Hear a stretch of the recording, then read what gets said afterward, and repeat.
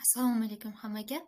Demak, bugun Cambridge 16-chi Cambridge kitobidan birinchi test listeningdan mock test qilamiz.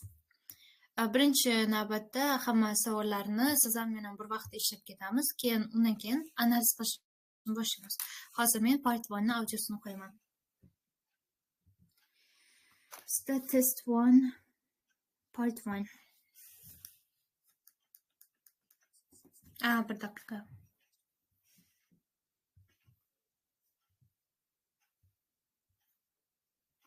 IELTS 16, published by Cambridge University Press and Cambridge Assessment English 2021.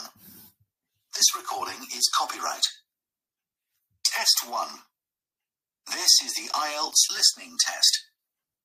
You will hear a number of different recordings and you will have to answer questions on what you hear. There will be time for you to read the instructions and questions, and you will have a chance to check your work. All the recordings will be played once only. The test is in 4 parts. At the end of the test, you will be given 10 minutes to transfer your answers to the answer sheet. Now turn to part 1.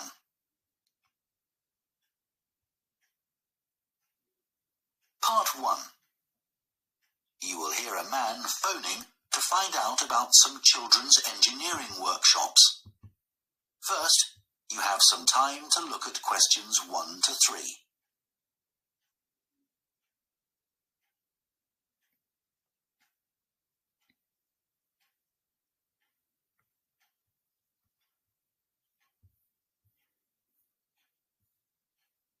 Now listen carefully and answer questions 1 to 3. Hello, Children's Engineering Workshops.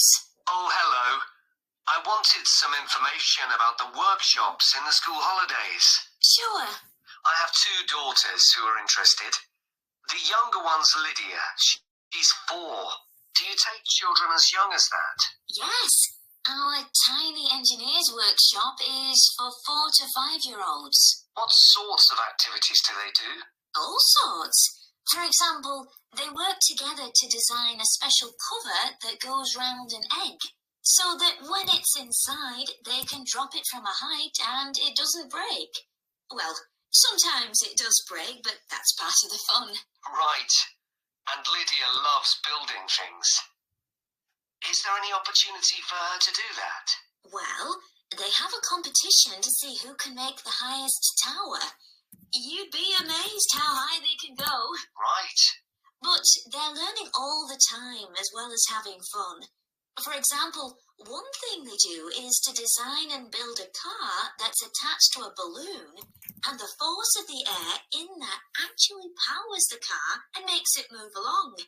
They go really fast too. Okay, well, all this sounds perfect. Before you hear the rest of the conversation, you have some time to look at questions 4 to 10.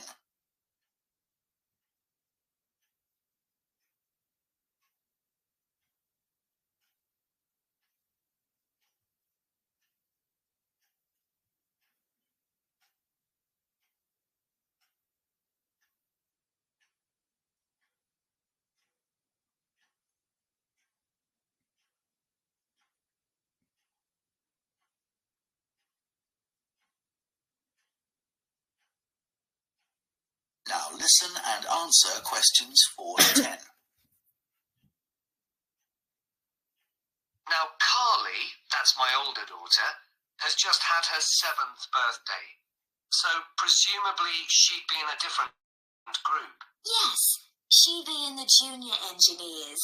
That's for children from 6 to 8. And do they do the same sorts of activities? Some are the same, but a bit more advanced. So they work out how to build model vehicles, things like cars and trucks, but also how to construct animals using the same sorts of material and technique. And then they learn how they can program them and make them move. So they learn a bit of coding? They do. They pick it up really quickly. We're there to help if they need it. But they learn from one another too. Right. And do they have competitions too? Yes. With the junior engineers, it's to use recycled materials like card and wood to build a bridge. And the longest one gets a prize. That sounds fun. I wouldn't mind doing that myself. Then they have something a bit different, which is to think up an idea for a 5-minute movie and then film it using special animation software. You'd be amazed what they come up with. And of course, that's something they can put on their phone and take home to show all their friends. Exactly. And then they also build a robot in the shape of a human, and they decorate it and program it so that it can move its arms and legs. Perfect. So, is it the same price as the tiny engineers? It's just a bit more, £50 for the 5 weeks. And are the classes on a Monday too? They used to be, but we found it didn't give our staff enough time to clear up after the first workshop, so we moved them to Wednesdays. The classes are held in the morning from 10 to 11. Okay, that's better for me actually. And what about the location? Where exactly are the workshops held? They're in building 10A. There's a big sign on the door. You can't miss it. And that's in Fradston Industrial Estate. Sorry. Fradston. That's Fradston.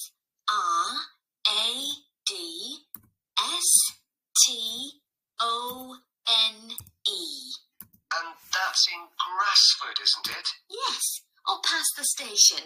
And will I have any parking problems there? No, there's always plenty available. So, would you like to enroll Lydia and Carly now? Okay. So, can I have your full name? That is the end of part 1. You now have half a minute to check your answers to part 1.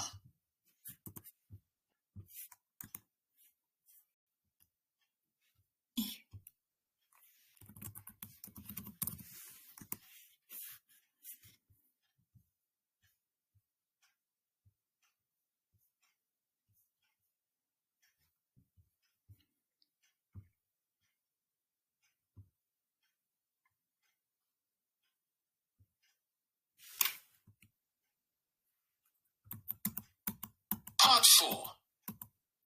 You will hear a history student. Part 2.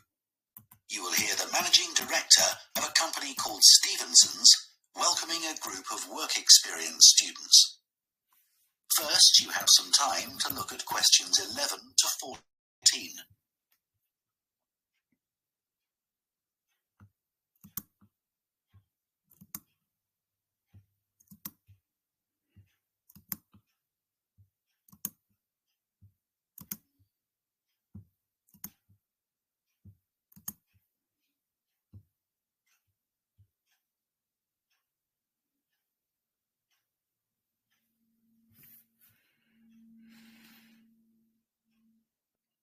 Now listen carefully and answer questions 11 to 14. Good morning, everyone, and welcome to Stevenson's, one of the country's major manufacturers of metal goods. Thank you for choosing us for your 2 weeks of work experience. My name is Julia Simmons, and since the beginning of this year, I've been the managing director. Stevenson's is quite an old company. Like me, the founder, Ronald Stevenson, went into the steel industry when he left school. That was in 1923. He set up this company when he finished his apprenticeship in 1926, although he actually started making plans 2 years earlier in 1924. He was a very determined young man. Stevenson's long-term plan was to manufacture components for the machine tools industry, although in fact that never came about, and for the automotive industry, that is cars and lorries. However, there was a delay of 5 years before that happened, because shortly before the company went into production, Stevenson was given the opportunity to make goods for hospitals and other players in the healthcare industry. So that's what we did for the first 5 years. Over the years, is we've expanded the premises considerably. We were lucky that the site is big enough, so moving to a new location has never been necessary. However, the layout is far from ideal for modern machinery and production methods, so we intend to carry out major refurbishment of this site over the next 5 years. I'd better give you some idea of what you'll be doing during your 2 weeks with us, so you know what to expect. Most mornings you'll have a presentation from one of the managers to learn about their department, starting this morning with research and development. And you'll all spend some time in each department, observing what's going on and talking to people, as long as you don't stop them from doing their work altogether. In the past, a teacher from your school has come in at the end of each week to find out how the group were getting on, but your school isn't able to arrange that this year. Before you hear the rest of the talk, you have some time to look at questions 15 to 20.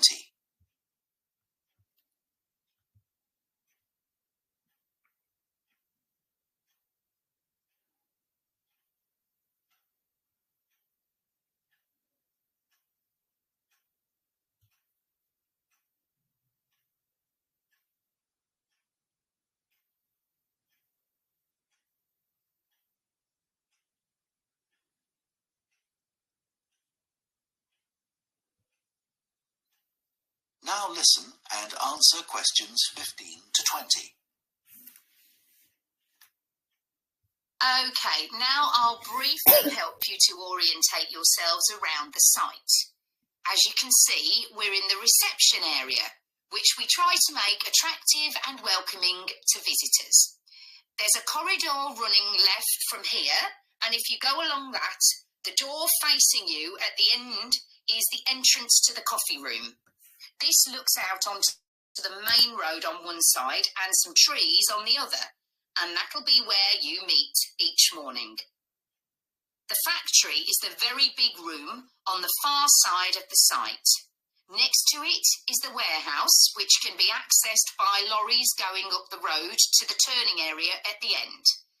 You can get to the warehouse by crossing to the far side of the courtyard, and then the door is on your right. Somewhere you'll be keen to find is the staff canteen. This is right next to reception. I can confidently say that the food's very good, but the view isn't. The windows on one side look onto a corridor and courtyard, which aren't very attractive at all, and on the other onto the access road, which isn't much better. You'll be using the meeting room quite often, and you'll find it by walking along the corridor to the left of the courtyard and continuing along it to the end. The meeting room is the last one on the right, and I'm afraid there's no natural daylight in the room. Then you'll need to know where some of the offices are. The Human Resources Department is at the front of this building, so you head to the left along the corridor from reception, and it's the second room you come to. It looks out onto the main road. And finally, the boardroom, where you'll be meeting sometimes. That has quite a pleasant view, as it looks out onto the trees. Go along the corridor past the courtyard, right to the end. The boardroom is on the left, next to the factory. Okay, now, are there any questions before we move? Okay. Part 3. Part 3. You will hear 2 students called Jess and Tom discussing their art projects. First, you have some time to look at questions 21 to 24.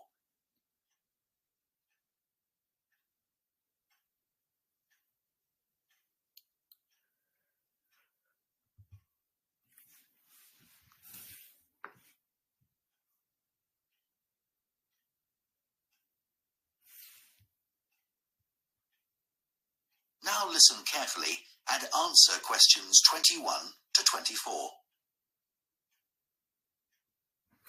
How are you getting on with your art project, Tom? Okay, Like, they gave us the theme of birds to base our project on, and I'm not really all that interested in wildlife, but I'm starting to get into it. I've pretty well finished the introductory stage. So have I. When they gave us all those handouts with details of books and websites to look at, I was really put off. But the more I read, the more interested I got. Me too. I found I could research so many different aspects of birds in art. Colour, movement, texture. So I was looking forward to the bird park visit. What a letdown. It poured with rain and we hardly saw a single bird. Much less use than the trip to the Natural History Museum. Yeah. I liked all the stuff about evolution there. The workshop sessions with Dr. Fletcher were good too, especially the brainstorming sessions. I missed those because I was ill. I wish we could have seen the projects last year's students did. I suppose they want us to do our own thing, not copy. Have you drafted your proposal yet? Yes, but I haven't handed it in. I need to amend some parts. I've realised the notes from my research are almost all just descriptions. I haven't actually evaluated anything, so I'll have to fix that. Oh, I didn't know we had to do that. I'll have to look at that too. Did you do a timeline for the project? Yes, and a mind map. Yeah, so did I. I quite enjoyed that. But it was hard having to explain the basis for my decisions in my action plan. What? You know, give a rationale. I didn't realise we had to do that. Okay, I can add it now. And I've done the video diary presentation and worked out what I want my outcome to be in the project. Someone told me it's best not to be too precise about your actual outcome at this stage, so you have more scope to explore your ideas later on. So I'm going to go back to my proposal to make it a bit more vague. Really? Okay, I'll change that too then. Before you hear the rest of the discussion, you have some time to look at questions 25 to 30.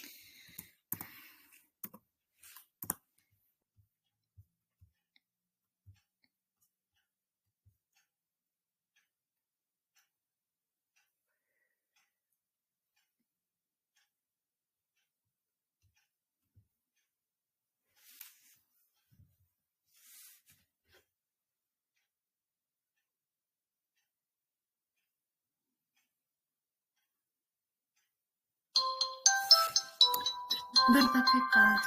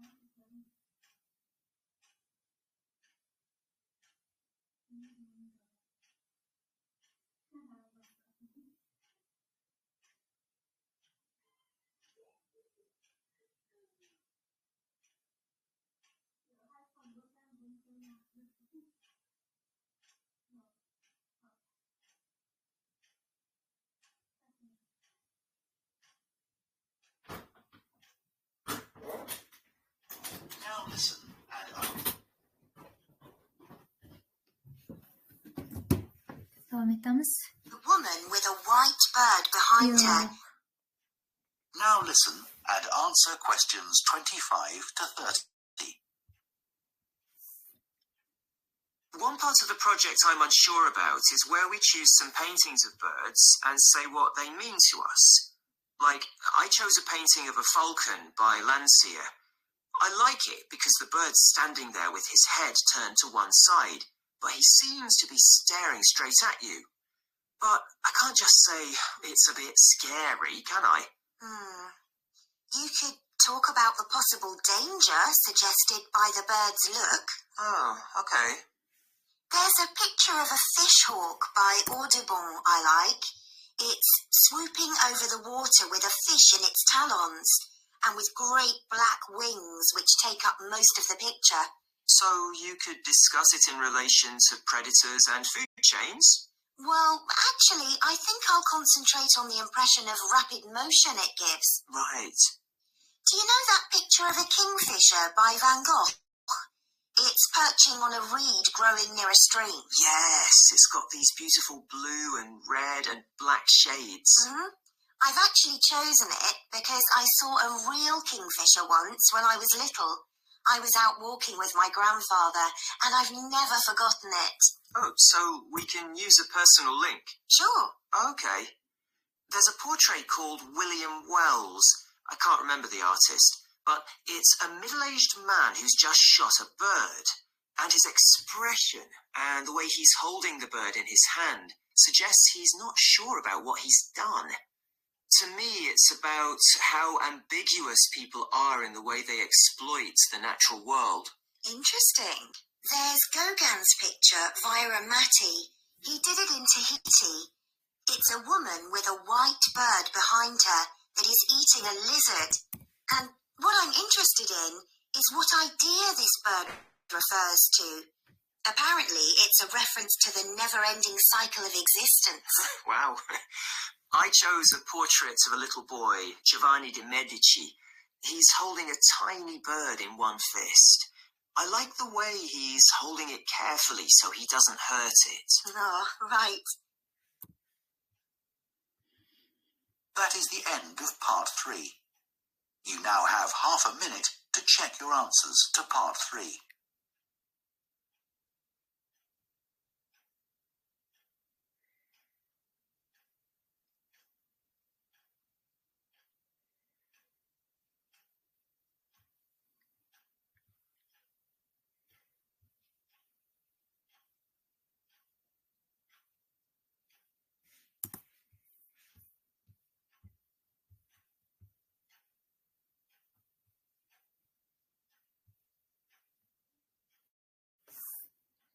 That is the end of part 2. Part 3. You will hear 2 students. Part 4. You will hear a professor of philosophy giving a talk on the ancient philosophy of Stoicism. First, you have some time to look at questions 31 to 40.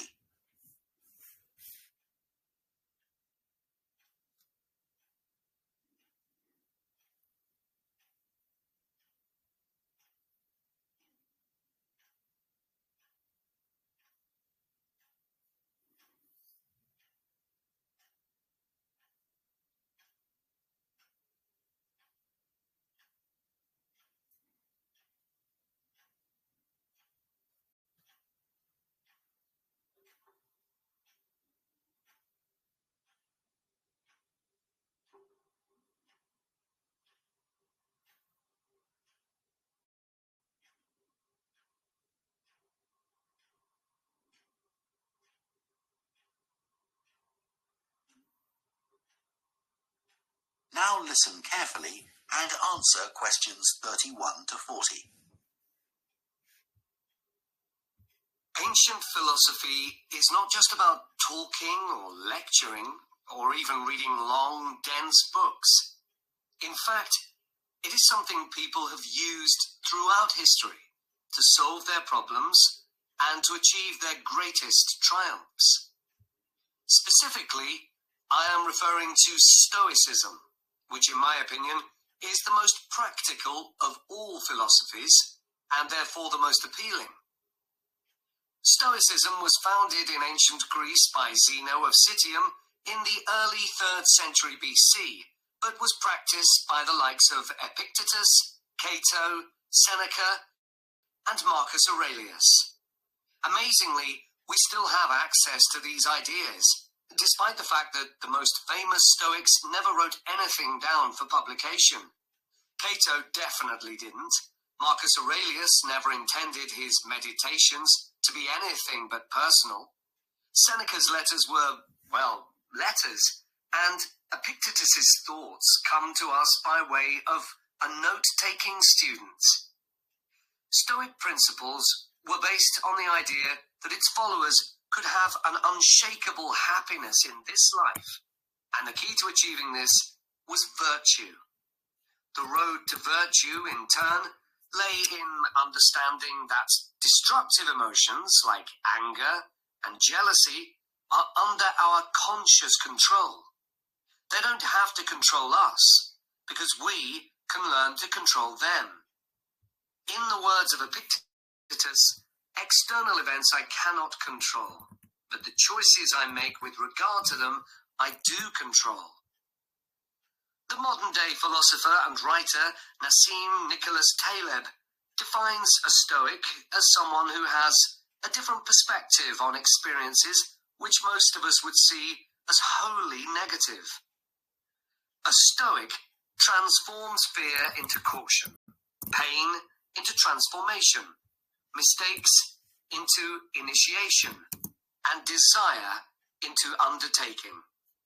Using this definition as a model, we can see that throughout the centuries, Stoicism has been practiced in more recent history by kings, presidents, artists, writers, and entrepreneurs.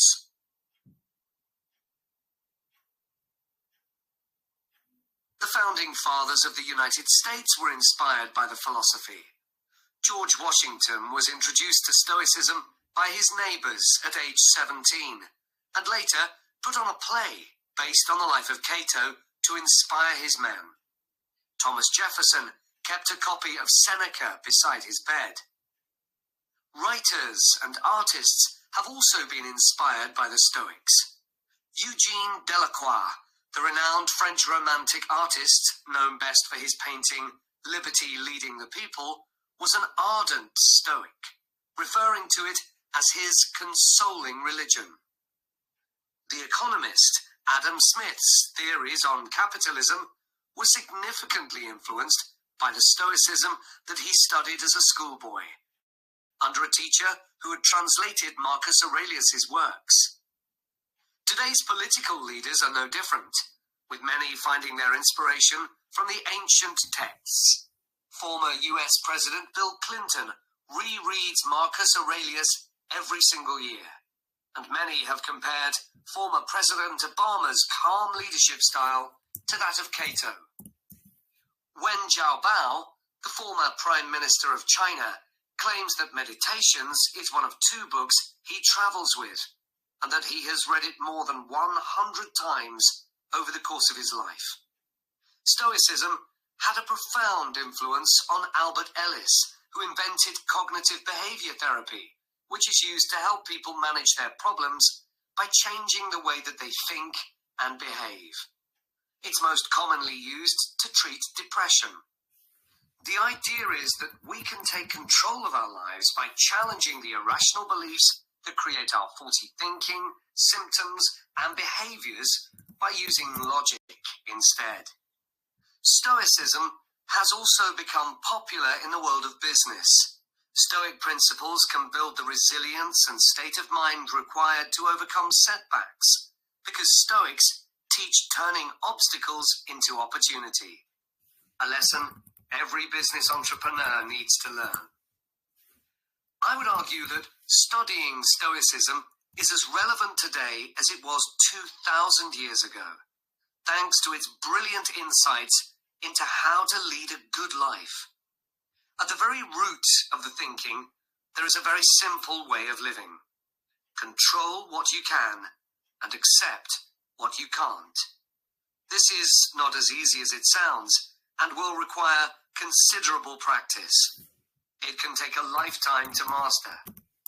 The Stoics also believed the most important foundation for a good and happy life is not money, fame, power, or pleasure, but having a disciplined and principled character, something which seems to resonate with many people today. That is the end of part 4. You now have 1 minute to check your answers to part 4.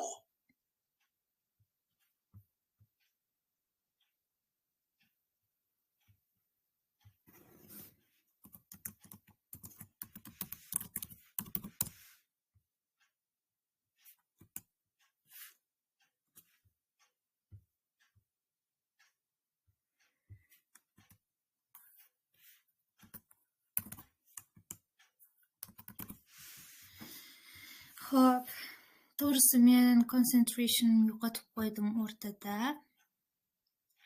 Xo'p, mayli, tekshirib olaylik, keyin qaytamiz, hech qisi yo'q. Body practice.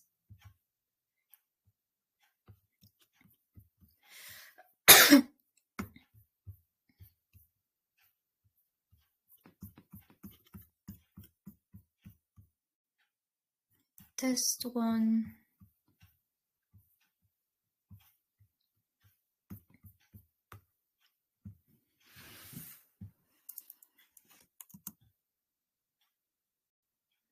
Xo'p, boshqacha rangda yozaman javoblarni.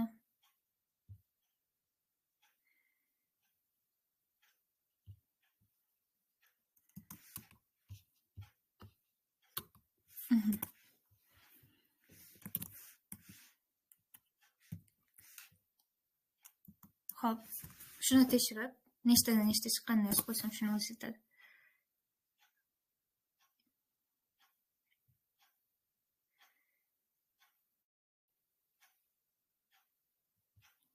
Xo'p, tushunarli.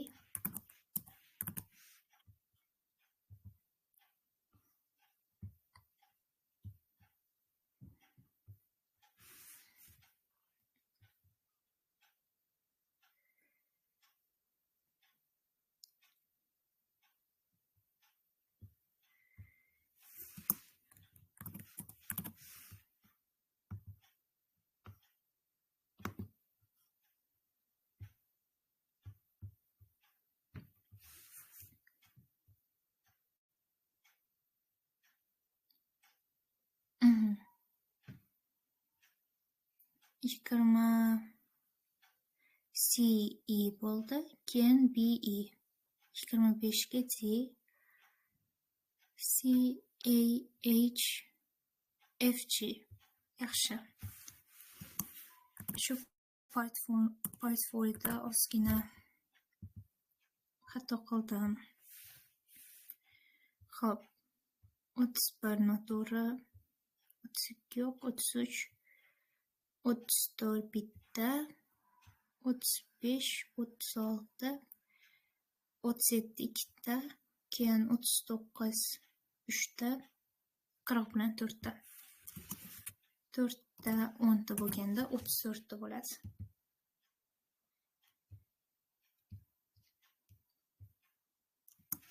Hammasi bo'lib, demak 34ta 40tadan. Bu bizda hozir ko'rib beraman necha ball bo'lishini. Xo'p, mana bu yerdan ko'raylik.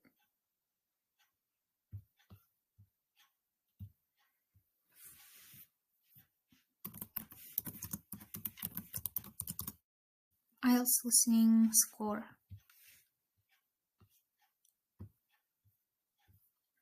Xo'p, mana shunisi ishonchli. Bizda 34 bo'lsa 7,5 bo'ladi. Xo'p, endi analiz qilishimiz kerak.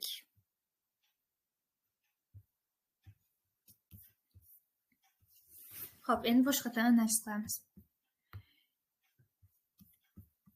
Audioni boshqadan qo'yaman, o'zi eng ko'p part 4ni analiz qilishimiz kerak. Mayli, hech qisi yo'q. Part 1. Men audiosini boshqadan qo'yaman hozir.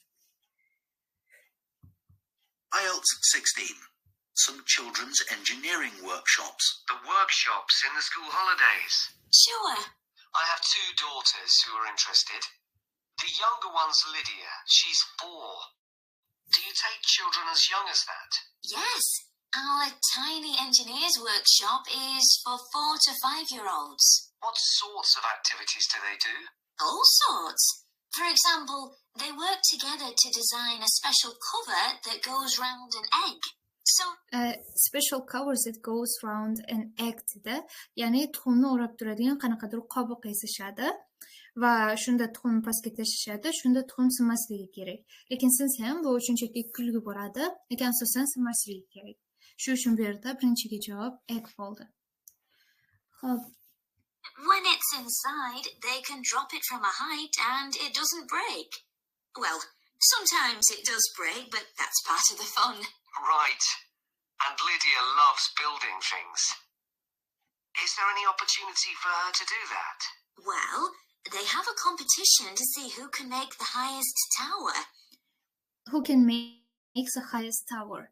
Bu yerda tallest so'zini o'rniga highest so'zi ishlatilyapti. Keyin build so'zini o'rniga make.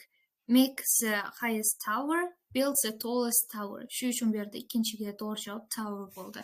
Ya'ni eng uzun minora qurishga musobaqa bo'lar ekan. You'd be amazed how high they can go. Right. But they're learning all the time as well as having fun. For example, one thing they do is to design and build a car that's attached to a balloon.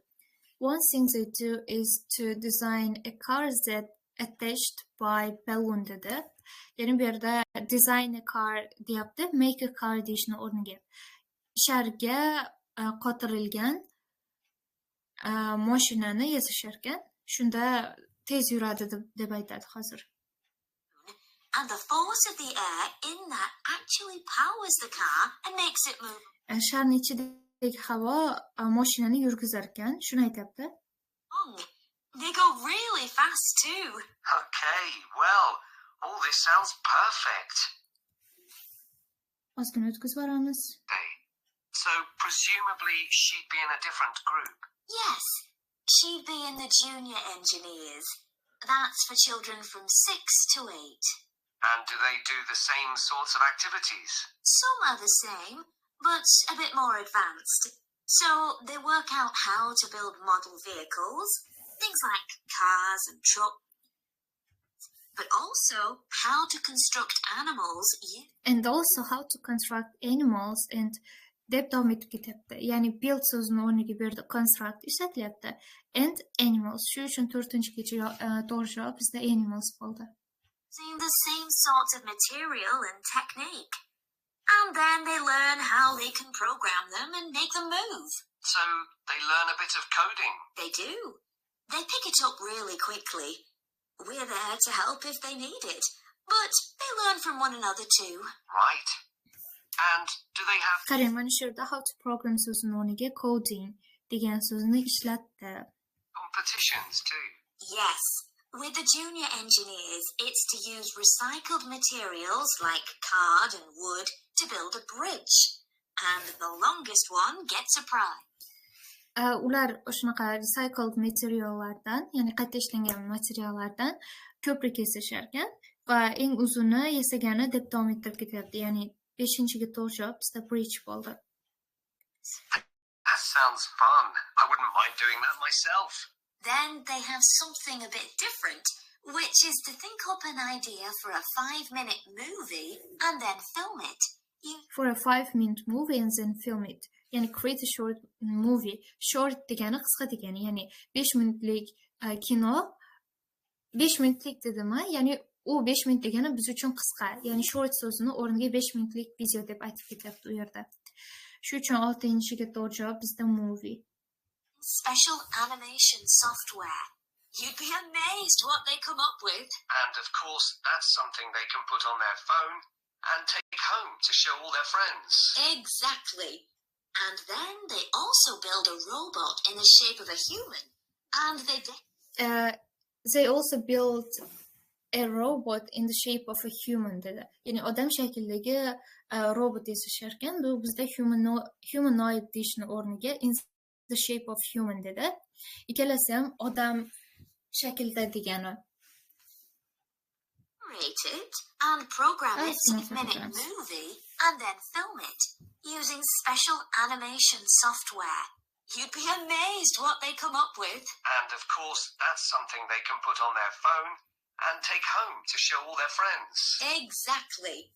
And then they also build a robot in the shape of a human, and they decorate it and program it so that it And then decorate it and program it deb davom etib ketadi. Birinchi ular robot yasashadi in the shape of human deb turib, uni birinchi build qilinishini aytadi, undan keyin decorate, undan keyin programni aytadi. Ya'ni 7-ga to'g'ri javob bizda decorate degan so'z. Endi 8da bu yerda xo'p mayli qayta eshitamiz, lekin undan oldin aytishim mumkin. Bu yerda aytadi, dushanba kunlari oldin bo'lardi deydi, undan keyin xullas dushanba kuni hammayla qaytadan eshitar ekanmiz. move its arms and legs. Perfect. So, is it the same price as the Tiny Engineers? It's just a bit more. £50 for the 5 weeks. And are the classes on a Monday too? They used to be, but we found it didn't give our staff enough time to clear up after the first workshop. Hop, bu yerda o'sha birinchi workshopdan keyin clear up qilishga bizga vaqt yetmay qoladi deyapti. Agar dushanba kuni bo'lsa, shu uchun deyapti, biz chorshanbaga ko'chirdik deb aytadi. So we moved them to Wednesdays. The classes are held in the morning from 10 to 11. Okay. That's better for me, actually. And what about the location? Where exactly are the workshops? Bu yerda oddiy location'ni spell qiladi, FRADSTONE deb.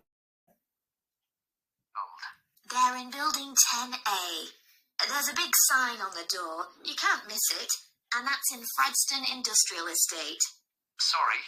Fradston. That's FRADSTONE.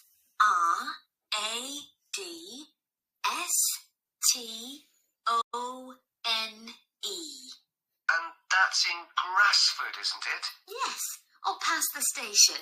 And will I have any parking problems there? No. Will I have any parking problems sir deyapti.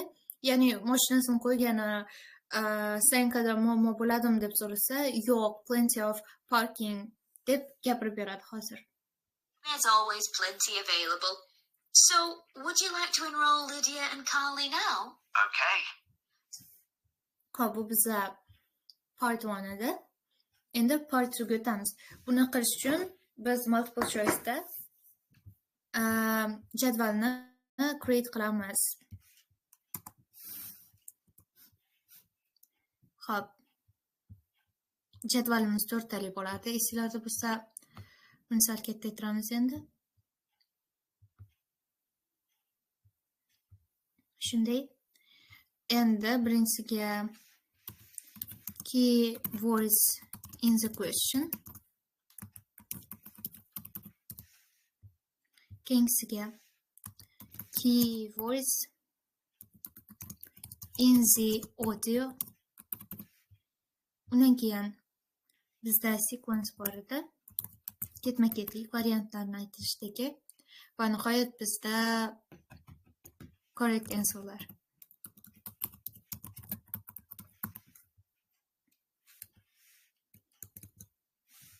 Endi nima qilamiz? Endi biz questiondagi keywordlarni yozishimiz kerak. Founded in. Birinchi navbatda bizda eng asosiy keywordimiz found. Ya'ni buni boshqacha so'z bilan aytish mumkin. Masalan, established yoki built va hokazo boshqa so'zlar bilan aytish mumkin. Keyin originally Stevenson's manufactured goods for. Xo'p, bizda manufactured degan so'zni boshqacha qilib aytish mumkin va goods, ya'ni tovar degan so'zni boshqacha aytish mumkin, goods. Bu doim ko'prikda bo'ladi aytgancha. Keyin healthcare industryni boshqacha aytish mumkin. Misol, hospital deb aytish mumkin. Adashmasam shunaqa deb aytganda. Healthcare industry. Keyin bizda automotive industry bor.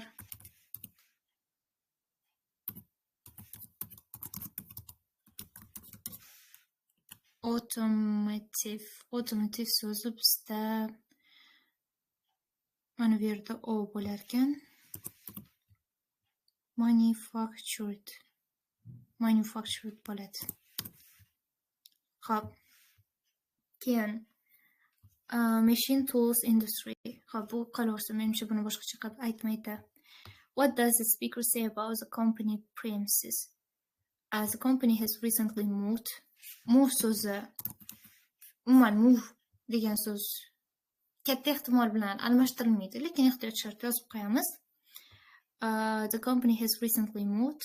The company has no plans to move. No plans so'z boshqacha aytish mumkin. Misol uchun, they're not planning deyish mumkin. They have no Xo'p, umuman boshqacha aytish mumkin. No plans. Keyin the company is going to move shortly. Shortly degan so'zni ham boshqacha aytish mumkin. Keyin what does the speaker say about the company? Buni qildik. The program for the work experience group includes. E'tibor bergan bo'lsanglar, work experience degan so'zni aytmaganman shu vaqtda, ya'ni o'rniga boshqa so'z aytib ketgan. Work experience. Keyin time to do research. Keyin meetings with a teacher. Meetings. Talks by staff. Talks ni alohida qilaylik. Misol speech deb aytish mumkin yoki boshqa by staff ni alohida qilaylik. Xo'p, mana shu yerda shuni o'zi yetar ekan. Buni o'chirib tashlaymiz.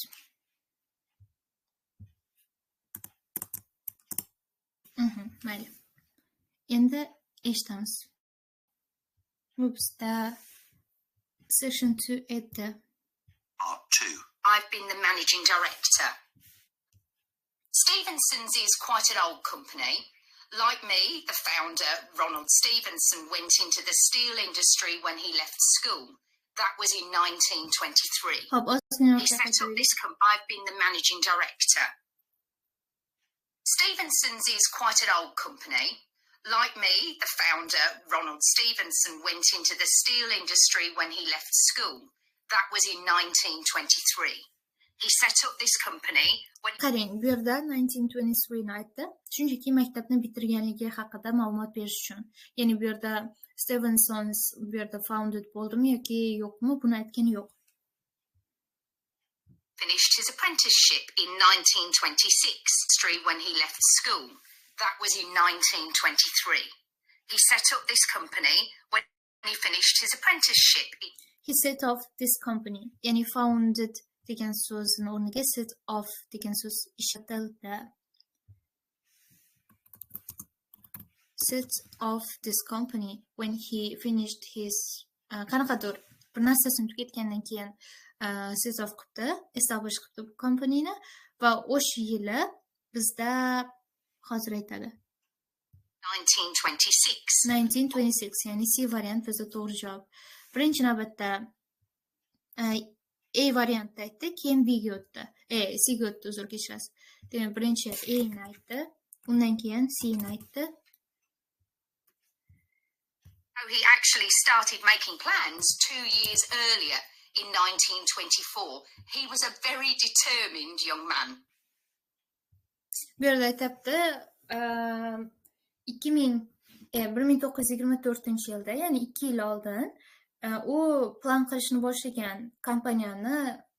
kompaniyaga asos solishni plan qilishni boshlagan, lekin 2 yildan keyin shu kompaniyasiga asoslagan.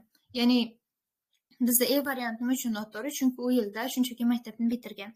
B variant nima uchun noto'g'ri? Bu yilda u plan qilishni boshlagan. C variantda u kompaniyaga asos solgan. Davom etamiz. Stevenson's long-term plan was to manufacture components for the machine tools industry, although in fact that never... Qarang, machine tools industryga u plani bor, lekin bu keyingi planlar. U avval bu soha uchun tovarlarni ishlab chiqarganmi, yo'qmi, bu unaqa narsa emas. Bu oldin manufacturing tools industriga tovar ishlab chiqarmagan. Bu uni keyingi planlari. Shuning uchun bizda C variant noto'g'ri. Ya'ni keyingi savolimiz bizda C dan boshlandi.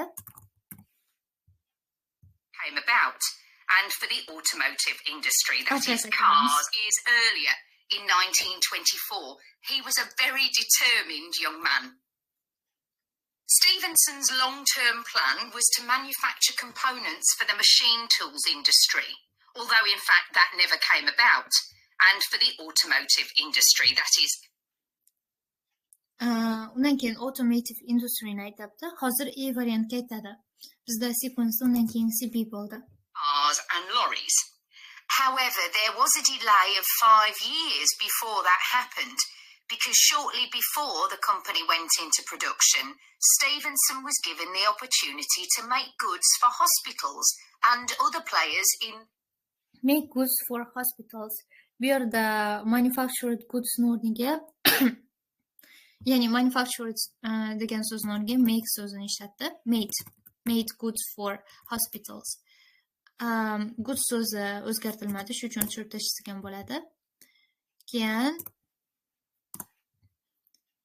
bizda healthcare industry in hospitals deb aytdi.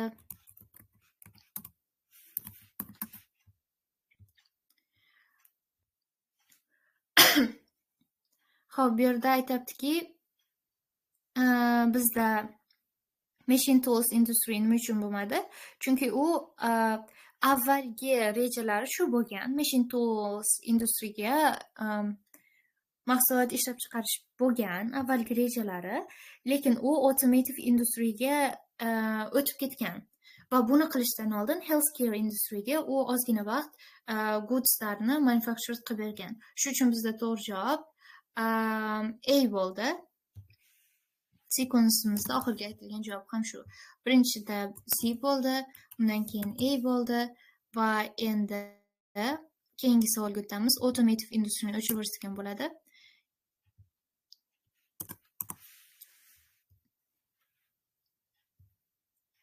healthcare industry. So that's what we did for the first 5 years. Over the years, we've expanded the premises considerably. We were lucky that the site is big enough, so moving to a new location has never been necessary. So However, the layout is... Oh my god. So moving to another location has never been nima dedi? Lekin shu planda yo'q edi. Ozgina qaytaraylik-da orqaga.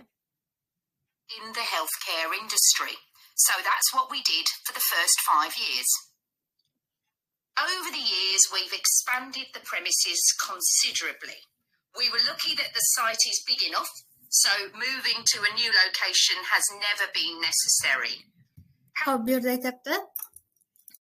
Biz yillar davomida o'zimizni ancha kengaytirdik. Shu sababli hozir yangi joyga umuman hech qachon yangi joyga ko'chish hech qachon bizga kerak bo'lmagan. Shu sababdan bizda the company has no plans to move. To'g'ri javob. Ya'ni bu yerda birinchi to'g'ri javobdan boshlagan gapini, undan keyin boshqalarni aytib chiqadi hozir. Yo'q, bu yerda recently moved degan so'z aytilmadi. Shunchaki ular joyini kengaytirishgan ancha vaqtdan beri. The company is going to move shortly. Endi davom etamiz. However, the layout is far from ideal for modern machinery and production methods, so we intend to carry out major refurbishment of this site over the next 5 years. I'd better give you some idea of what you'll be doing during your 2 weeks with us, so you know what to expect. What you'll be doing. Bizda work experience degan so'zni o'rniga what you will be doing deb aytdi. What you will be doing. So that you can know sizni qanaqa nimalar kutayotganini bilishingiz mumkin deb aytdi. Most mornings you'll have so we intend to carry out major refurbishment of this site over the next 5 years. I'd better give you some idea of what you'll be doing during your 2 weeks with us, so you know what to expect. Most mornings you'll have a presentation from one of the managers. You will have presentation from one of the managers dedi. Talk so'zini o'rniga presentation deb aytdi. Bularni o'chirib tashlashgan bo'ladi.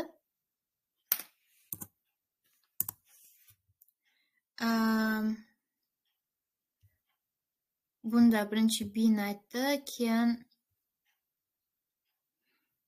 A'ni umuman aytgani yo'q. So company is going to move shortly.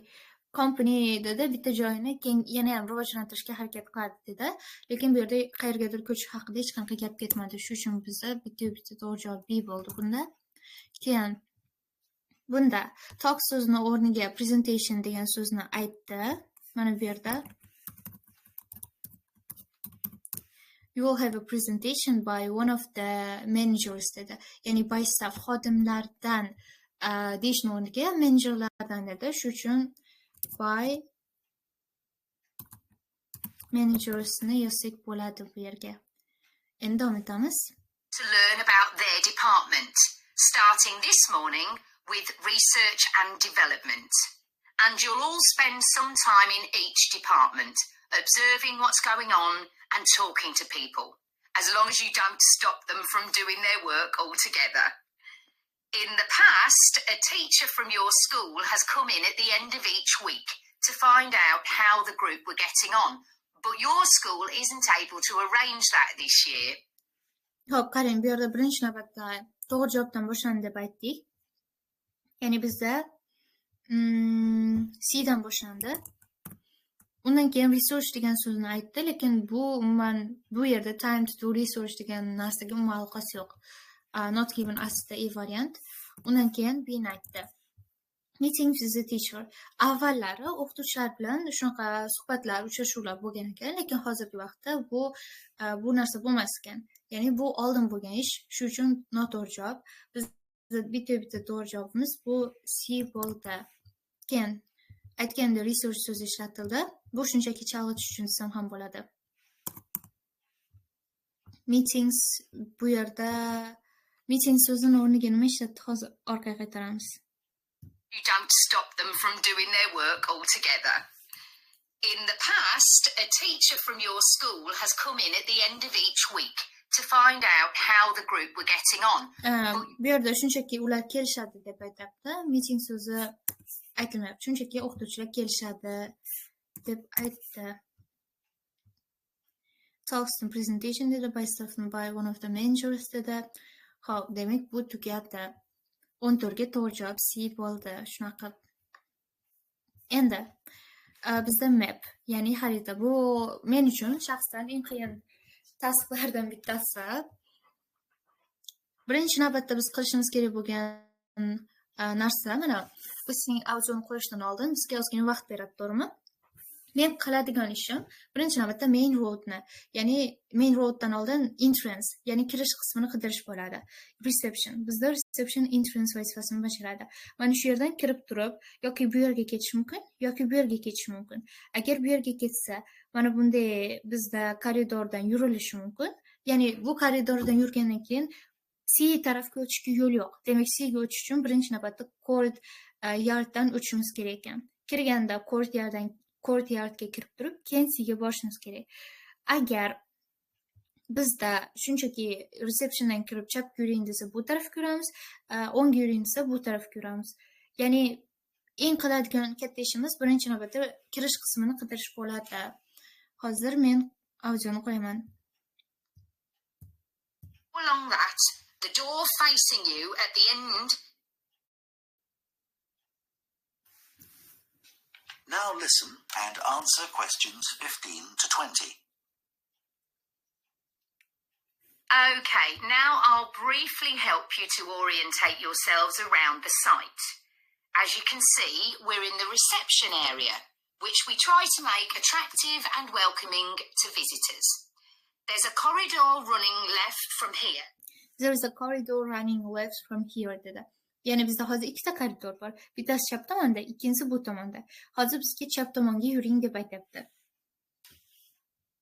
And if you go along that, the door facing you at the end is the entrance to the coffee room. The door itself is the entrance for the coffee room dedi. Ya'ni oxiridagi eshik bizda H roomda eshigi va bu bizda coffee room. Shu uchun 15 ga to'g'ri javob H bo'ldi. This looks out onto the main road on one side and some trees on the other.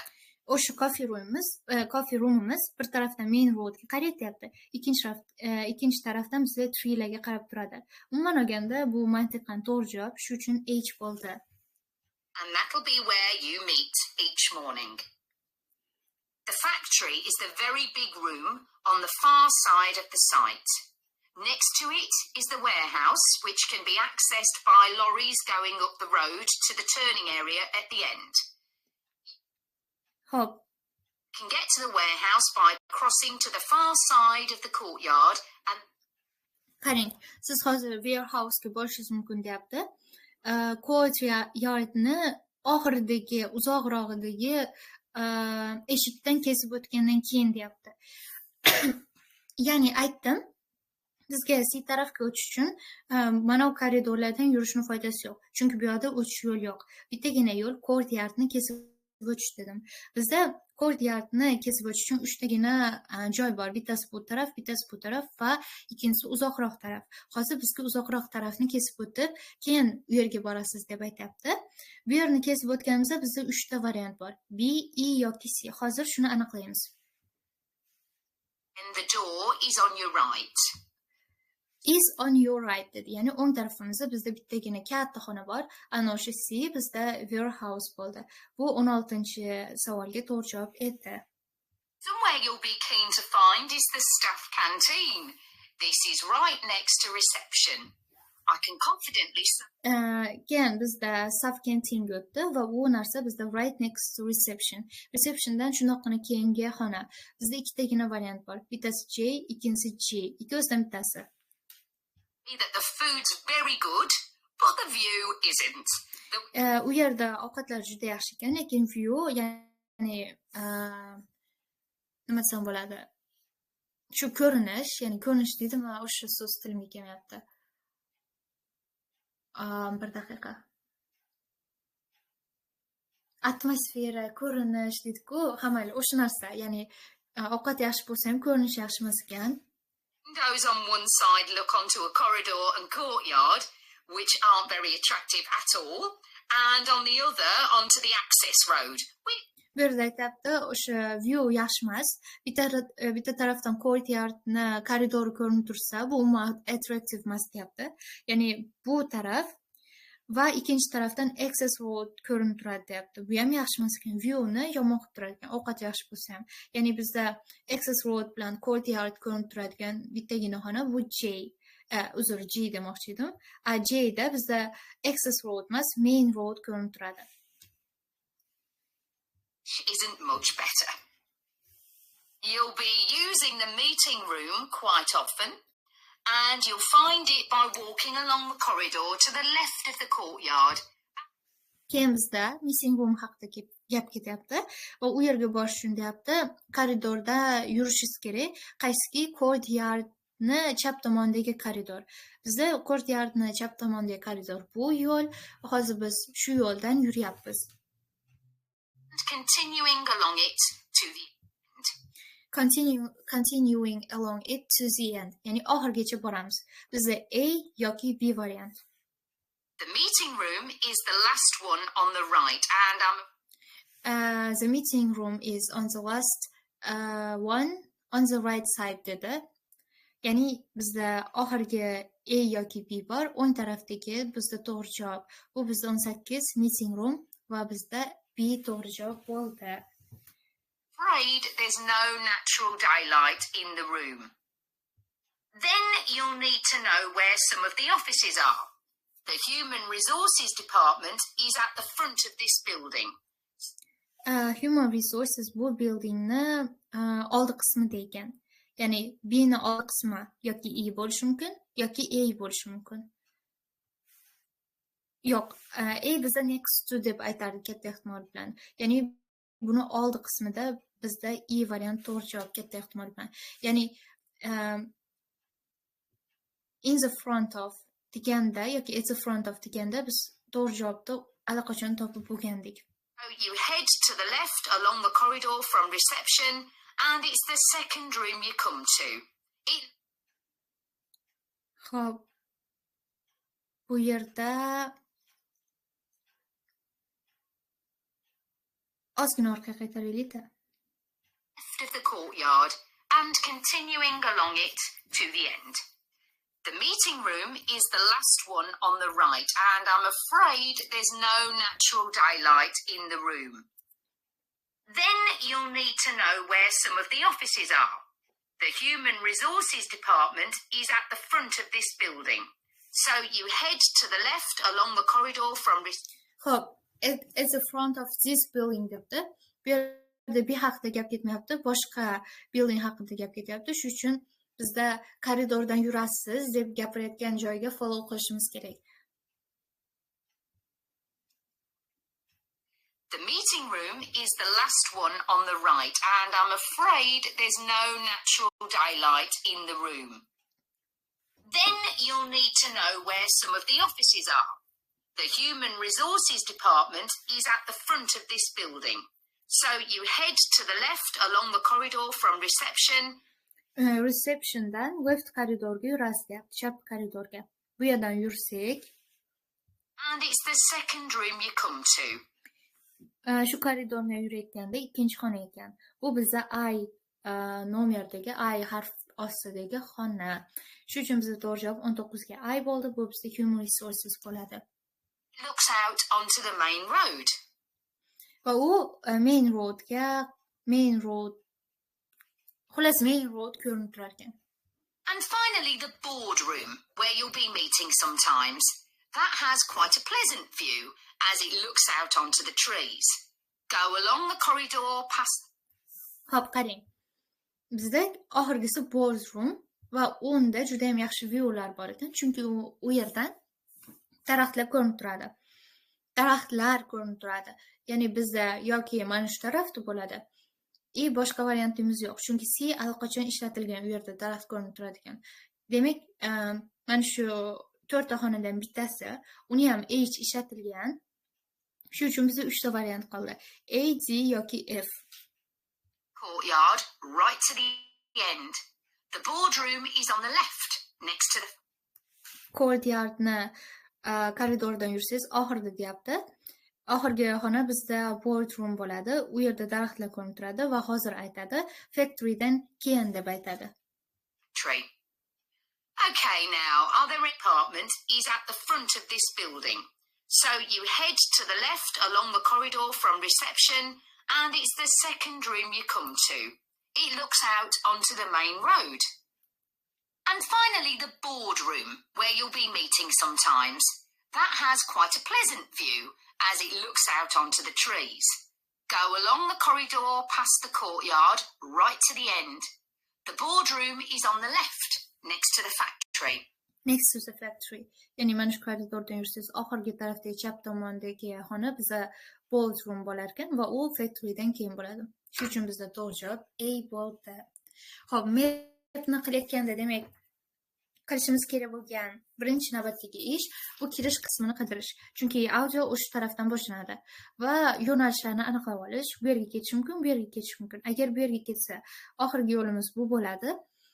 Bu tarafga o'tish uchun o'rtadan kesib o'tishimiz kerak. Mana shunaqa analiz qilishimiz kerak.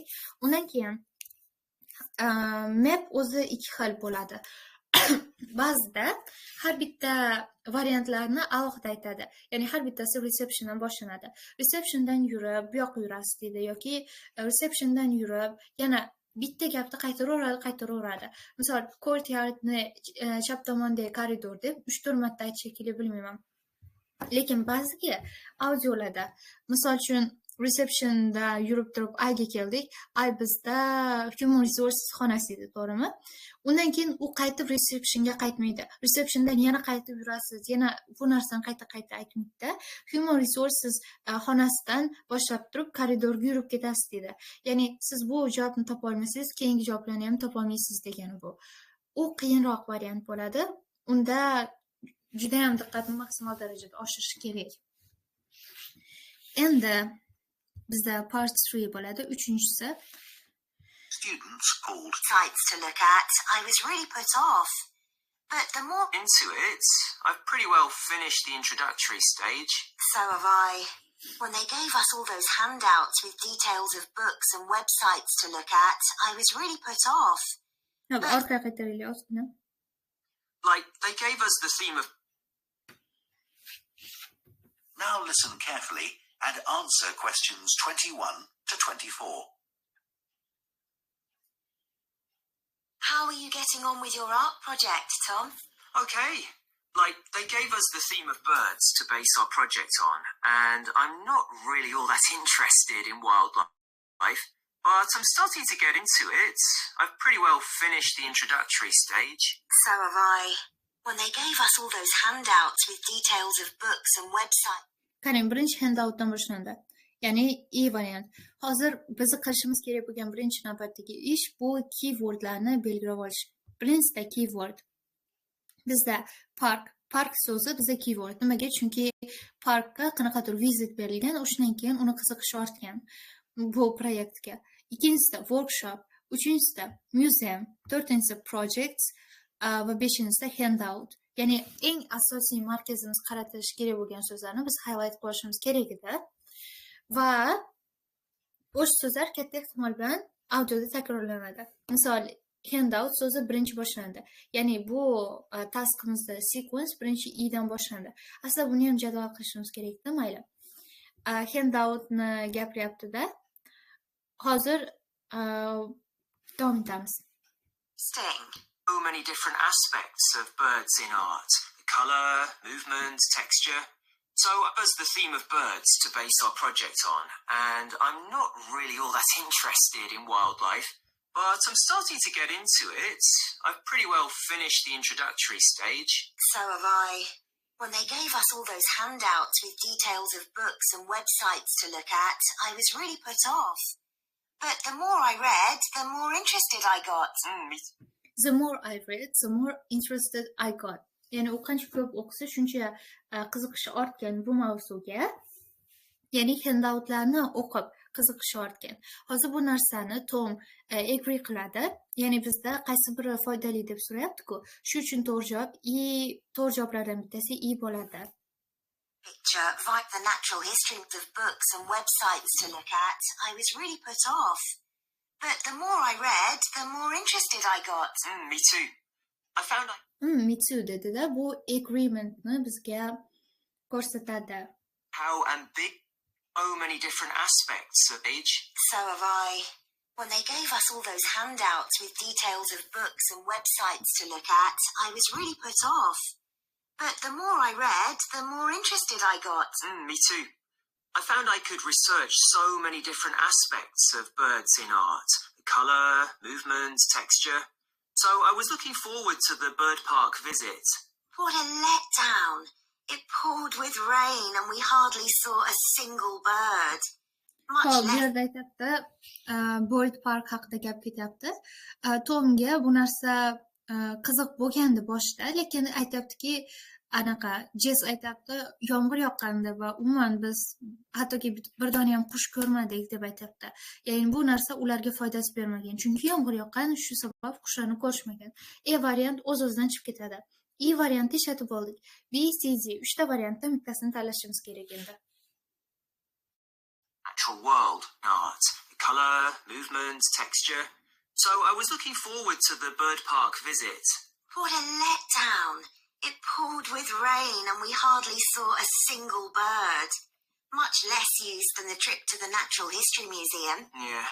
I liked all the stuff about evolution there. The workshop sessions with Dr. Fletcher were good too, especially the brainstorming sessions. Oh, I missed those because I was ill. Hop, bu yerda workshop sessionslarni gapirganda, bu narsa Tomga yoqqan, lekin Jess o'sha kuni kelmagan. Ya'ni kasal bo'lib qolgan. Shu uchun bizga ikkalasi ham agree bo'lgan narsa kerak. Bittasi agree bo'lib, ikkinchisi o'tkazib yuborgan narsa kerak emas. Demak, B variant ham o'z-o'zidan chiqib ketadi. Bizda C yoki D qoldi. I wish we could have seen the projects last year's students did. I suppose they want us to do our own thing, not copy. Hop, bu yerda projects done by in previous yearsni gapirganda Jess, Tom aytibdi, bizga ko'chirish mumkin emas, biz o'zimiznikini qilishimiz kerak deb bu narsani rad etyapti. Ya'ni bizda D o'z-o'zidan chiqib ketdi. To'g'ri javob o'zi bittagina C qoldi. O'shani tanlaymiz, lekin buni to'g'riligini, nima uchunligini isbot qilamiz hozir. Ambiguous, though I was looking forward to the bird park visit. What a letdown. It poured with rain and we hardly saw a single bird. Much less use than the trip to the Natural History Museum. Yeah. I liked all the stuff about evolution there. The workshop sessions with Dr. Fletcher were good too, especially the brainstorming sessions. I missed those because I was ill. I wish we could have seen the projects last year's students did. I suppose they want us to do our own thing, not copy. Have you drafted your proposal yet? Hop. Yes, I was but not it's at the birds in art. Colour, movement, texture. So I was looking forward to the bird park visit. What a letdown. It poured with rain and we hardly saw a single bird. Much less use than the trip to the Natural History Museum. Yeah. I liked all the stuff. Mana shu yerda Natural History Museum haqida gap ketgan. Aslida to'g'ri javob oldindan aytilgandi. Endi biz buni make sure qilishimiz uchun hamma noto'g'ri javoblarni chiqardik, ya'ni D ni chiqardik. Hozir 1 sekund orqaga qaytaraman. Did it into heat? So I was looking forward to the bird my park God, okay. visit. What a letdown. It poured with rain and we hardly saw a single bird. Much less use than the trip to the Natural History Museum. Much less used in the Natural History Museum trip dedi. Ya'ni bu yerda muzeyga borgandagi ko'rgan, foydalangan narsalardan ko'ra umuman deyarli ishlatilmagan. Ya'ni bu yerda to'g'ri javob C. Yeah deb turib gapirib ketadi ton, davom ettirib ketadi. Men u yerdagi revolutionni o'sha narsalar yoqdi deb aytadi hozir. How and workshop sessions with Dr. So many different aspects of birds in art. The colour, movement, texture. So I was looking forward to the bird park visit. What a letdown. It poured with rain and we hardly saw a single bird. Much less use than the trip to the Natural History Museum. Yeah. I liked all the stuff about evolution there. I like all the stuff about evolution dedi. Ya'ni bu yerda Natural History Museumga bo'lgan viziti haqida gap ketayotgandi. To'g'ri javob shu uchun bittasi E bo'ldi, yana bittasi C bo'ldi. Endi ikkinchi qismga o'tamiz. Workshop sessions with Dr. Fletcher were good too, especially the brainstorming sessions. I missed those because I was ill. I wish we could have seen the project. Ana shu workshop sessionlar bizda Natural History Museumda bo'lgan ekan. Yo'q, unaqa emasga adashdim. Bular boshqa, bular boshqa. Natural History Museumda ikkalasi ham bo'lgan, a workshopda qiz orib qolgan. Last year's students did. I suppose they want us to do our own thing, not copy. Have you drafted your proposal yet? Yes, but I haven't handed it in. I need to amend some parts. I've realised the notes from my research are almost all just descriptions. I haven't actually evaluated anything, so Bu yerda Tom o'zini proposallardagi notlarni shunchaki descriptive bo'lganini aytibdi, lekin men u yerda hech nimani baholamaganman, hech nima haqida xolos interpretationlarni bermagan. Shu sabab bu yerda evaluate o'zini notlarni yana ham evaluative qilishni u planlashtirgan. Ya'ni shu narsani o'zgartiradi u. have to fix that. Oh, I didn't know we had to do that. I'll have to look at that too. I'll have to look at that too. Ya'ni ikkalasi ham bu narsaga qaraydi. Men ham bu narsani ko'rib qo'yishim kerak ekan degan ma'noda qiz bolaga rozilik bildirdi. Ya'ni bu yerda bitta to'g'ri javob E. Did you do a timeline for the project? Yes, and a mind map. Timeline and So mind did map. I quite enjoyed that. But it was hard having to explain the basis for my decisions in my action plan. What? You know, give a rationale. I didn't realise we had to do that. Ha, bu yerda D'ga hech qanaqa o'zgartirish kiritish kerakligi, yo'qligi bu narsa haqida gap ketmadi. Shunchaki ular bundan qoniqqani haqida gapirildi. Shu uchun D emas to'g'ri javob. Endi rationalga o'tildi. Okay, I can add it now. And I've done the video, and I've done that. In my action plan. What? You know, give a rationale. I didn't realise we had to do that. Okay, I can add it now. And I've done the video diary presentation See. and worked out what I want my outcome to be in the project. Someone told me it's best not to be too precise about your actual outcome at this stage. Karim, bu yerda someone said that you should not be so precise about the outcome dedi. Precise degani specific degani. Ya'ni less specific degani, you should not be that much precise. Ikkalasi bizda paraphrase bo'lyapti. Shu uchun bizda to'g'ri javob B aslida. Have more scope to explore your ideas later on. So I'm going to go back to my proposal to make it a bit more vague. Really? Okay, I'll change that too then. Okay, I will change the to then. Ya'ni bu narsani bola ham o'zgartiradi. Ikkalasi ham o'zgartiradigan narsa bizda B bilan E bo'ldi. Shu sabab 23 bilan 24 ga B E bo'ldi. Endi 25 dan boshlaymiz. Bu bizda bu yerdan tanlab olib, keyin bu yerga qo'shishimiz kerak. Bu choosing from the list task nomi. Listdan tanlab olib, keyin bu yerga qo'yish. I chose a painting of a falcon.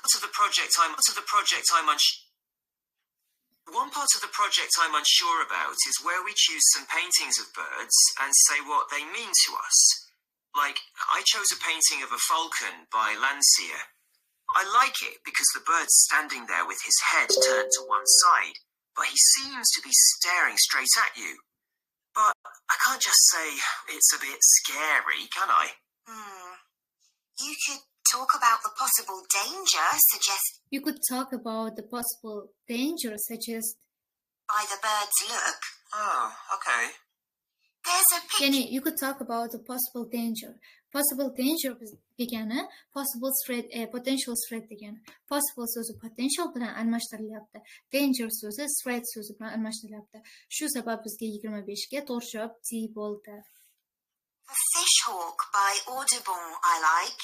It's swooping over the water with a fish in its talons and with great black wings which take up most of the picture. So you could discuss it in relation to predators and food chains? Well, actually, I think I'll concentrate on the impression of rapid motion it gives. Right. The impression of rapid motion it gives. Bizda ikkinchi rasmimiz bor. Bu bizda qanaqadir baliq va uni qora qanotlari bor va qanotlari deyarli butun rasmni egallaydi deb aytdi. Shunda aytayapti, u beradigan impression of rapid motion dedi. Ya'ni rapid degani fast degani. Fast so'zi bilan almashtirilyapti. Motion degani movement degani. Ya'ni bizda 26 ga beriladigan to'g'ri javob bu C bo'lganda. Do you know that picture of a kingfisher by Van Gogh? It's 27. perching on a reed growing near a stream. Yes, it's got these beautiful blue and red and black shades. I've actually chosen it because I saw a real kingfisher once when I was little. I was out walking with my grandfather and I've never forgotten it. Oh, so we... Xo'p, bu yerda yoshligidagi bo'lgan voqeani aytyapti.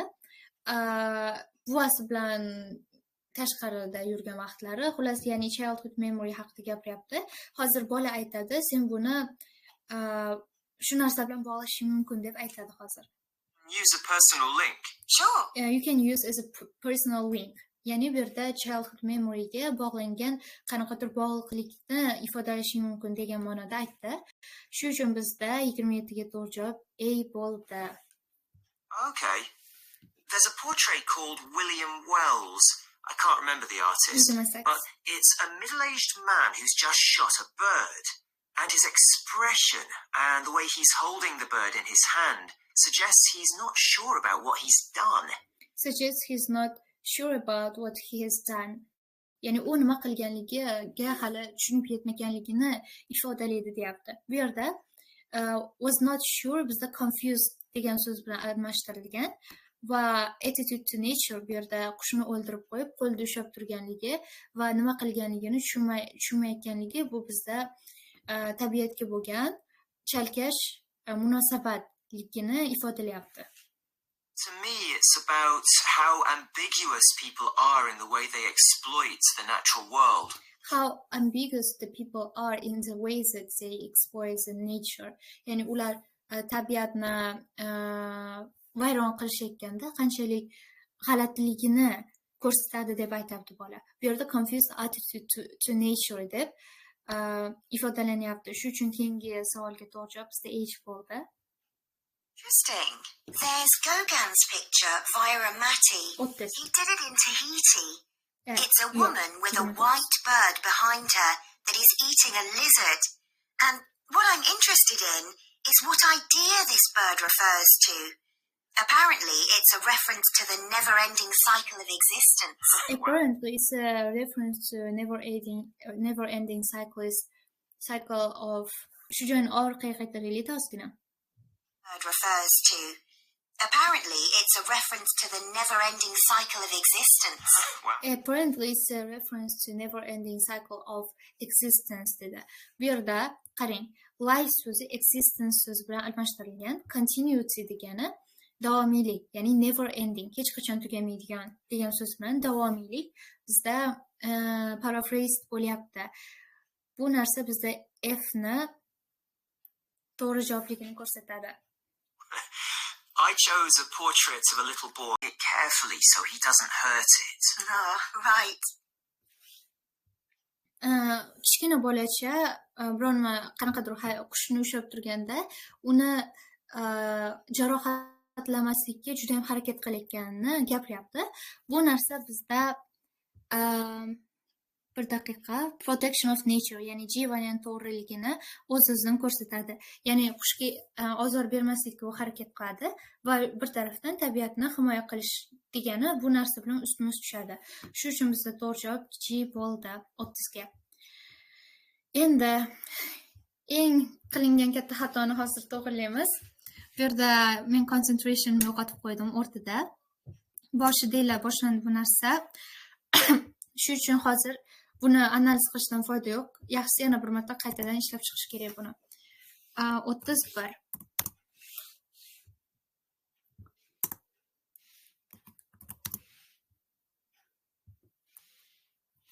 Hozir 31, 32, 33. Endi davom etamiz. Men part 4 ni boshqatdan qo'yaman. Siz xohlasangiz siz ham boshqatdan qiling, lekin men boshqatdan qilmasam bo'lmaydi bu part 4 ni.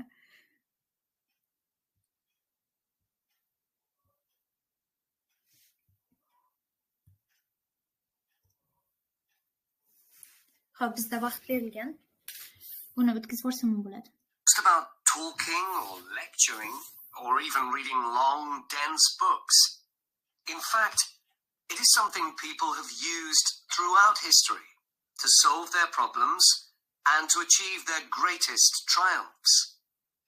Specifically, I am referring to Stoicism, which in my opinion is the most practical of all philosophies and therefore the most appealing. Stoicism was founded in ancient Greece by... Therefore, the most appealing to that, it's still relevant today because of its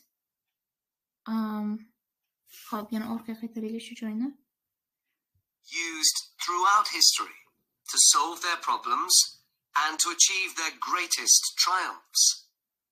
Specifically, I am referring to Stoicism, which in my opinion is the most practical of all philosophies and therefore the most appealing. Stoicism was founded in ancient Greece by Zeno of Citium in the early 3rd century BC, but was practiced by the likes of Epictetus, Cato, Seneca, and Marcus Aurelius. Amazingly, we still have access to these ideas, despite the fact that the most famous Stoics never wrote anything down for publication. Cato... Bu yerda 32 to'g'ri publication bo'ldi.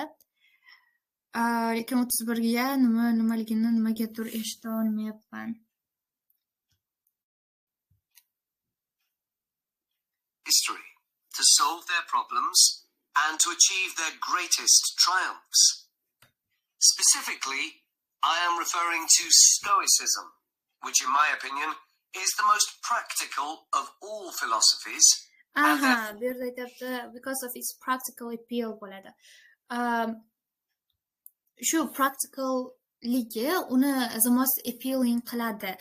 Bu narsa haligacha ishlatilyapti deb aytyapti. Ya'ni bu yerda 31 ga to'g'ri javob practical degan so'z bo'ldi. Most appealing. Stoicism was founded in ancient Greece by Zeno of Citium in the early 3rd century BC, but was practiced by the likes of Epictetus, Cato, Seneca, and Marcus Aurelius. Amazingly, we still have access to these ideas, despite the fact that the most famous Stoics never wrote anything down for publication. Cato definitely didn't. Marcus Aurelius never intended his meditations to be anything but personal. Seneca's letters were, well, letters, and Epictetus's thoughts come to us by way of a note-taking student. Stoic principles were based on the idea that its followers could have an unshakable happiness in this life, and the key to achieving this was virtue. The road to virtue, in turn, lay in understanding that destructive emotions like anger and jealousy are under our conscious control. They don't have to control us, because we can learn to control them. In the words of Epictetus, external events I cannot control, but the choices I make with regard to them ya'ni ularga aloqador bo'lgan tanlovlarni deb gapiryapti. To'g'ri javob the choices. I do control. I do control. U narsani control qiladi. The modern-day philosopher and writer Nassim Nicholas Taleb defines a Stoic as someone who has a different perspective on experiences which most of us would see as wholly negative. It's wholly A negative. Stoic transforms fear into caution, pain into transformation, mistakes into initiation, and desire into undertaking. Using this definition as a model, we can see that throughout the centuries, Stoicism has been practiced in more recent history by kings, presidents, artists, writers, and entrepreneurs.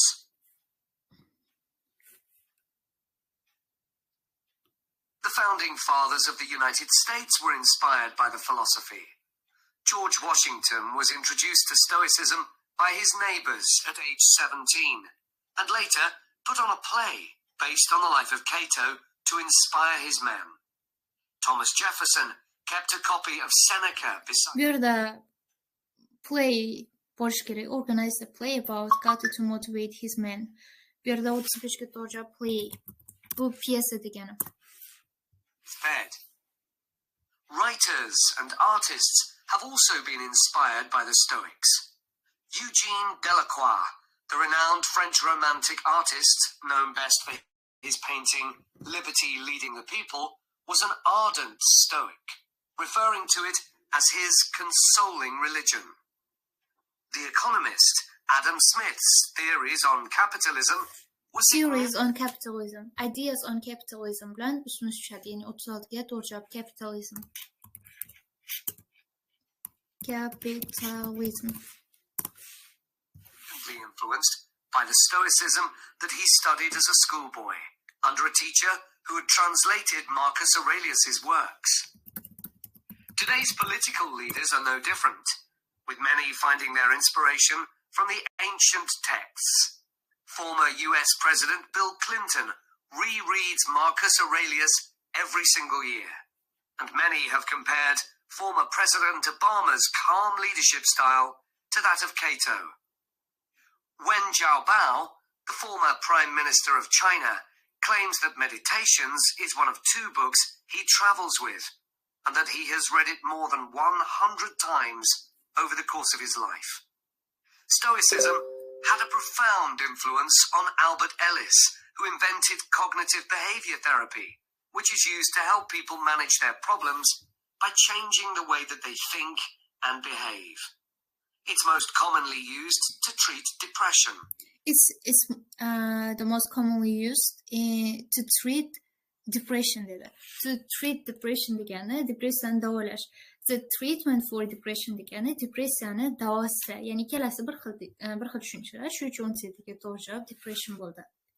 The idea is that we can take control of our lives by challenging the irrational beliefs that create our faulty thinking, symptoms, and behaviors by using logic instead.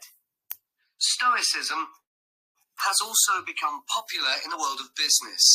Stoic principles can build the resilience and state of mind required to overcome setbacks, because Stoics teach turning obstacles into opportunity. Bu yerda thinking on logic degan so'zni o'tkazib yubordik adashmasam. To'g'ri javob bu yerda logic bo'lishi kerak. 39 ga opportunity aniq to'g'ri javob. People learn to base their thinking on logic. Hozir shu joyni qaytadan eshitamiz. To make sure, ya'ni admin bo'lish uchun. Stoicism has also become popular in the world of business. Yo'q, orqaga. Stoic challenging the irrational beliefs that create our faulty thinking, symptoms, and behaviors by using logic instead. By using logic instead. Aniq bu yerda 38 ga logic bo'ldi, 39 ga opportunity, 40 ga practice. Stoicism has also become popular in the world of business. Stoic principles can build the resilience and state of mind required to overcome setbacks, because Stoics teach turning obstacles into opportunity. They teach turning obstacles into opportunity. Ya'ni to'siqlarni imkoniyatlarga aylantirishni o'rgatar ekan bu narsa. 39 da nima deyapti? In business, people benefit from stoicism by identifying obstacles as opportunities. Ya'ni ular biznesdagi odamlar stoicismdan to'siqlarni imkoniyatlardek ko'rib foyda olishadi deyapti. Ya'ni 39 ga bizda opportunity to'g'ri javob bo'ldi. A lesson every business entrepreneur needs to learn.